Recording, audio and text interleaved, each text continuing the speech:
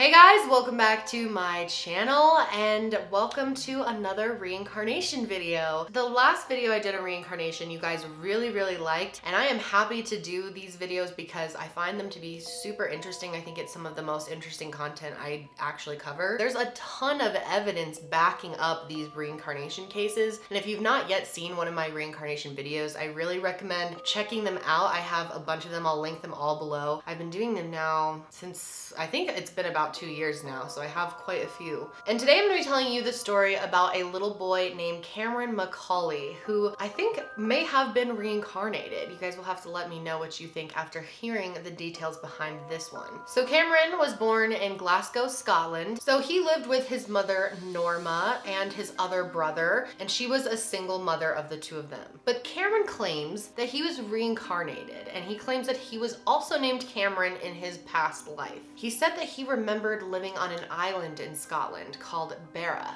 And this is actually a real island. It's a very remote island off the west coast of Scotland, and it's over 200 miles away from where he lived in Glasgow. It's actually a tiny outpost of the British Isles, and its population is less than 2,000 people. But pretty much since Cameron was like 2 years old and could speak, he would talk about his past life in Barra, which is crazy that it's an actual real place, because there are cases of kids talking about places that they've been, but oftentimes they're just made up imaginary places. But this was a real place. He said that he lived in Barra with his mom, his dad, and 3 other siblings. And when he first started talking about all this kind of stuff, his mom kind of thought he was just imagining things, that he, just was making things up. But she was confused about how he specifically knew the name Barra, because none of them had ever been there. They had never taken him there. They had never talked about it. Cameron would talk about how his favorite thing to do in Barra was go to the beach with his dog. He also said that his father was named Shane Robertson. Shane Robertson. Shane Robertson?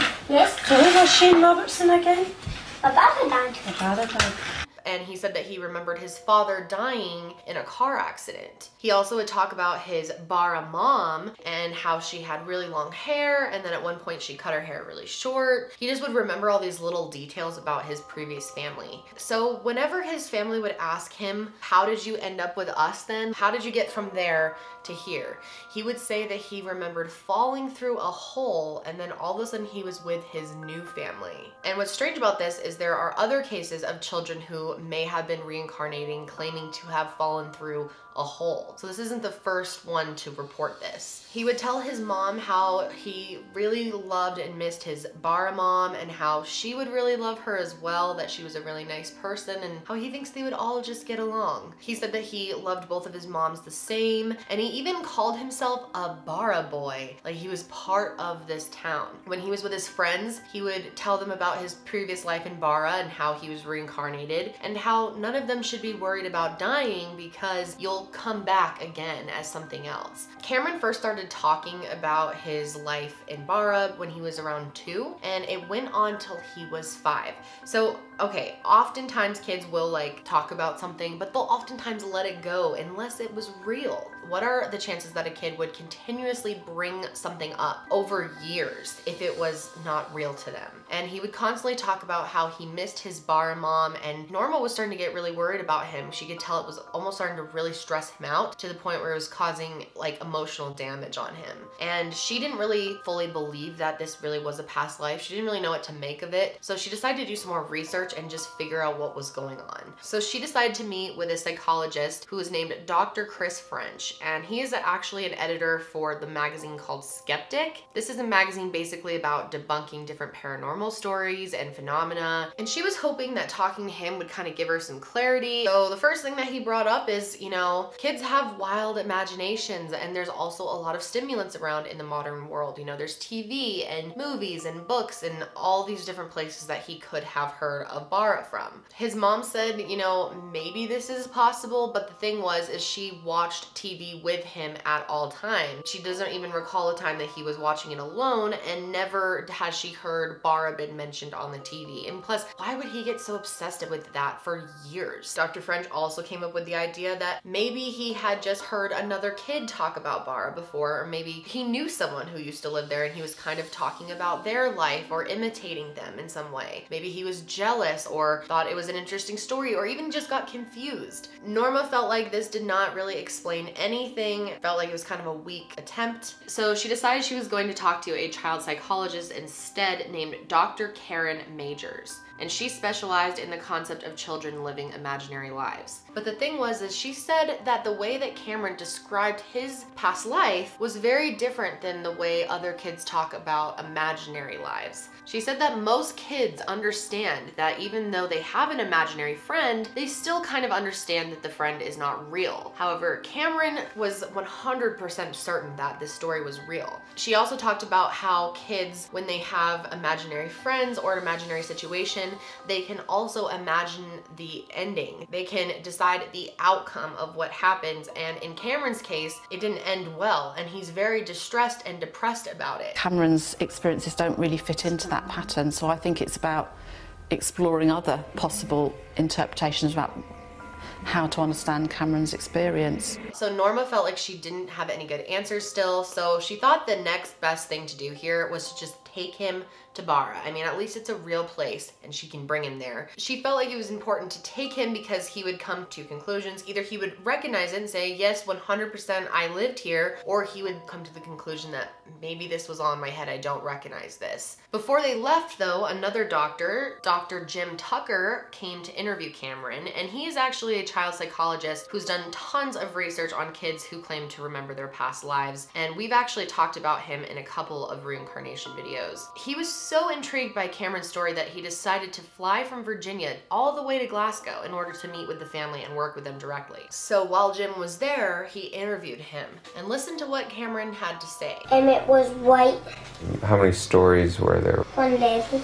Yeah. You remember his name? Kendall Robertson. Jane Robertson? He had spiky hair and those weird shirts. Spiky hair? Is that what you And said? always wore sharp. It doesn't seem like a kid making up a wild story to me. It really seems like he is recalling real memories. So one thing that Cameron said about his previous life is that they lived kind of near an airport, and he would watch the planes come and land on the beach, that instead of like a landing strip, the planes would just land on the beach. So Jim actually decided to go with Norma and Cameron to Bara and see everything for himself. And when they first came in, they came in for a landing and they were coming in on the beach, just like Cameron said. And there was no way that he would have known that. And once he landed, he recognized the airport, the area around him, and seemed really happy to be back right away. So they got on the train to go to their hotel, and as they were riding along, he kept pointing out houses along the way that he recognized, and one of them he even said he knew the family that lived in the house. Well, you might say it's in a house on the way. You know what? I know the person who lives there, but You knew the person that lived there? I can't remember. Ooh, no. Oh. They all went to the Bara Heritage Center to see if they could find out any more information on his family. So they went there and they looked for the name Robertson, and they could not find any families that had lived on Bara under that name. So they decided they would just go out and look, and hopefully Cameron would like eventually recognize a house or something. So they decided to go over where the planes were landing on one side of the island, because chances are he lived close to those planes since he remembered watching them from his house. And they drove around and saw a bunch of white houses, but Cameron didn't seem to really recognize any of them. But the next day, people that worked at the Heritage Center actually called Dr. Tucker and Norma and said that they had some other information that could help them out. And once they got there, they found out that there was indeed a family named Robertson that lived on the end of that area of the beach near where the planes are. Apparently, this family actually lived on the mainland, and this was just their vacation house that they would go to in the 60s and 70s. 70s. So they hopped in the car and went to the house that his previous life family stayed in. So once they got to the house, Cameron's mood actually completely changed. He went from being a really outgoing, happy, upbeat kid. He was just a very, positive kid. He instantly was emotional and somber. The house had gone through some cosmetic changes, but there were still a few things that remained the same, and it made him really, really emotional to see it all again. There was a brick fireplace in the house that had stayed the same. There was a gate that had still stayed the same. Things that he actually remembered. When he was in the house, he was able to point out which rooms he stayed in and which rooms his siblings stayed in. He talked about how he really missed his Bara mom, even though he knew that she wasn't going to be there. And after visiting this house, they flew back home. And after this, they really, really felt like he had lived this past life, that everything that he was saying was true. So when they got back home, Norma decided to get in contact with a genealogist and hire her to look into the history of the Robertson family. And it was discovered that that family was indeed from Glasgow, and they had owned that house for over 20 years. And she was actually able to trace someone back to the family. Her name was Gillian Robertson, and she was currently living in Scotland. They think that she was one of the siblings that lived in the house at the same time as Cameron, meaning that this would be Cameron's sister. Norma was able to get in touch with her, and they actually went to go visit her. She said that there was a black and white dog that lived at the house as well, but she did say that there wasn't someone named Shane. She thought maybe he was confusing it with their uncle James, who had spiky hair, and she also said that no one in the family had died from a car accident, so this was really, really weird. And there wasn't a kid named Cameron who had died in the family, so it was very odd. So after Cameron had visited Bara originally, the memories started to fade away, and this always happens in all the reincarnation cases.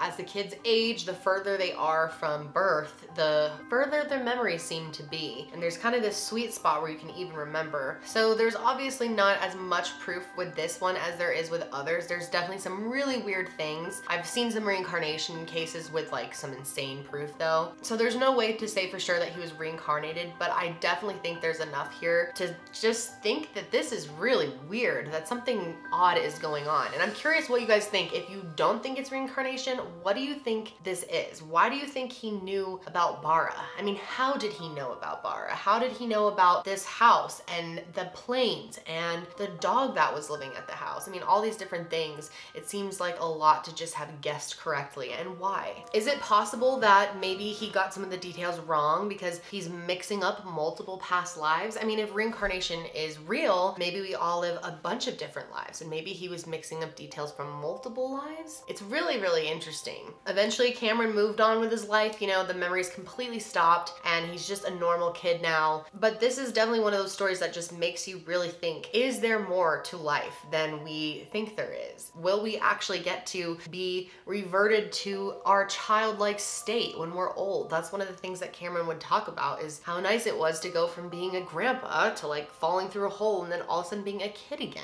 and how awesome that is, and how no one should be afraid of death. I mean, it's really comforting. I really want to know what you guys think about this, so let me know in the comments below, and let me know if you want to see any more reincarnation videos by giving me a like on this video. But that's it for me today, guys. I hope you're having a great day, and I will talk to you next time. Bye!